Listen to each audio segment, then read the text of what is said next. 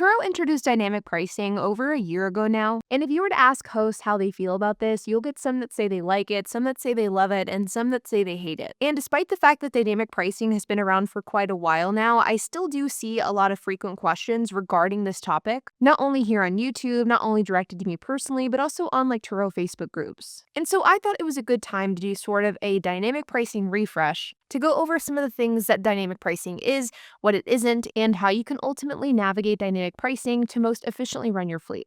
Now, before we dive in, I do want to remind you guys that I have a course, the Car Sharing Masterclass, that teaches you every single thing that you need to know about starting and scaling a car sharing fleet with the same business model that I use. It's over 10 hours of course content going over all things buying cars, starting and scaling a Turo fleet, going into direct rentals, marketing your fleet, co-hosting, and we have a really cool announcement coming out very, very soon that is going to be specifically interesting for anybody who is wanting to get involved in the business of co-hosting. So stay tuned for that. You can use the code OFFER99 to get $99 off the Car Sharing Masterclass. The link is down in the description below. So let's first talk about what dynamic pricing is, and almost more importantly, what it is not. Now, dynamic pricing is by definition of Turo. Per their own website, dynamic pricing is the brand new model designed by our data scientists, which will continuously adjust your prices based on fresh market data and other factors. Now, this doesn't exactly give you the clearest idea of what dynamic pricing actually is. And while I know I am not a data scientist, as somebody who uses dynamic pricing every single day,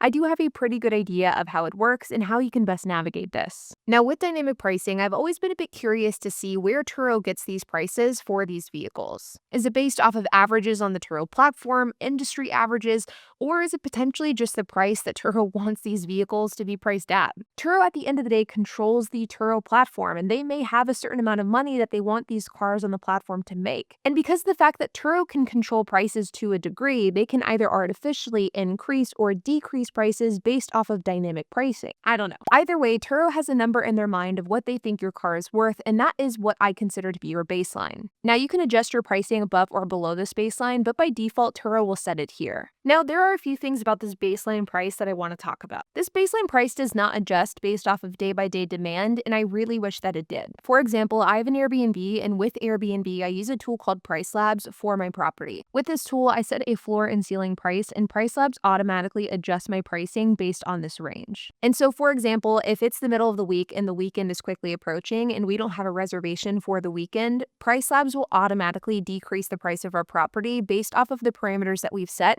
in order to try to stroke demand. This, as a byproduct, means that if somebody books last minute, they are going to get a better deal and a cheaper price on our property than if somebody who books, say, 3 or 4 months in advance. Because 3 or 4 months in advance, the price is going to be the highest because of the fact that our price parameters say that as a date becomes closer, we should discount that price. And as a result, if you book in advance, you're going to inadvertently be paying more. There are also other parameters that you can set. For example, if you have an orphan day, so like a random 1 or 2 day block between 2 larger bookings, Price Labs will automatically significantly decrease those days for that orphan period to try to get a rental. Price Labs feels like a living tool that adjusts based on the nuance of the week by week and day by day demand. And Turo's dynamic pricing just doesn't do this. And for example, we could have like a Monday, which is when we have a ton of cars get returned, and we could have 15 cars sitting.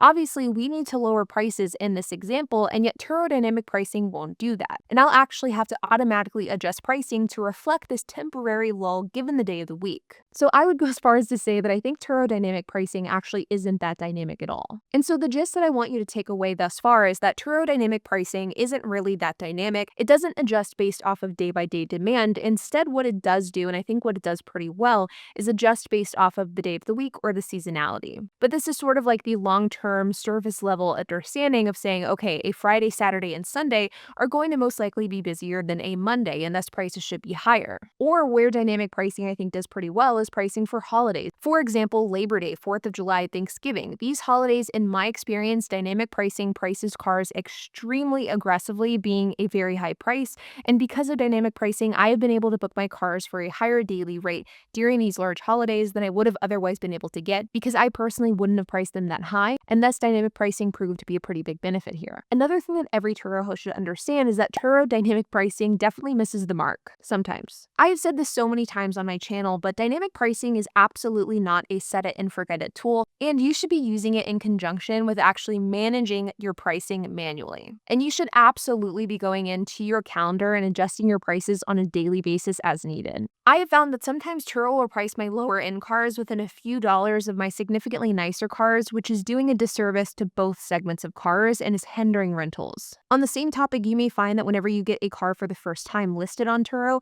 Turo may significantly miss the mark on what the car should be priced at for a daily rate, especially at the beginning whenever it doesn't have a ton of trips. For example, I have two 2020 Honda Odysseys. Both are very, very similar, but one was purchased in December of 2024 and the other in April of 2025. And when I got the second Honda Odyssey, Turo was consistently pricing the second Odyssey about 30 to 40% cheaper than my other one, despite the fact that they were nearly identical. And it took consistently about 3 to 4 months for me to adjust these prices on the second Honda Odyssey manually before it felt like Turo finally understood that this car should be priced at between $80 and $100 per day, not $40 to $55 per day. And now finally, after many months, I feel like dynamic pricing is actually pricing this car appropriately most of the time. The next thing I want to talk about is a recent change with Turo, and it's their yellow marking they put on cars that they deem too expensive or out of the range of what Turo deems competitive.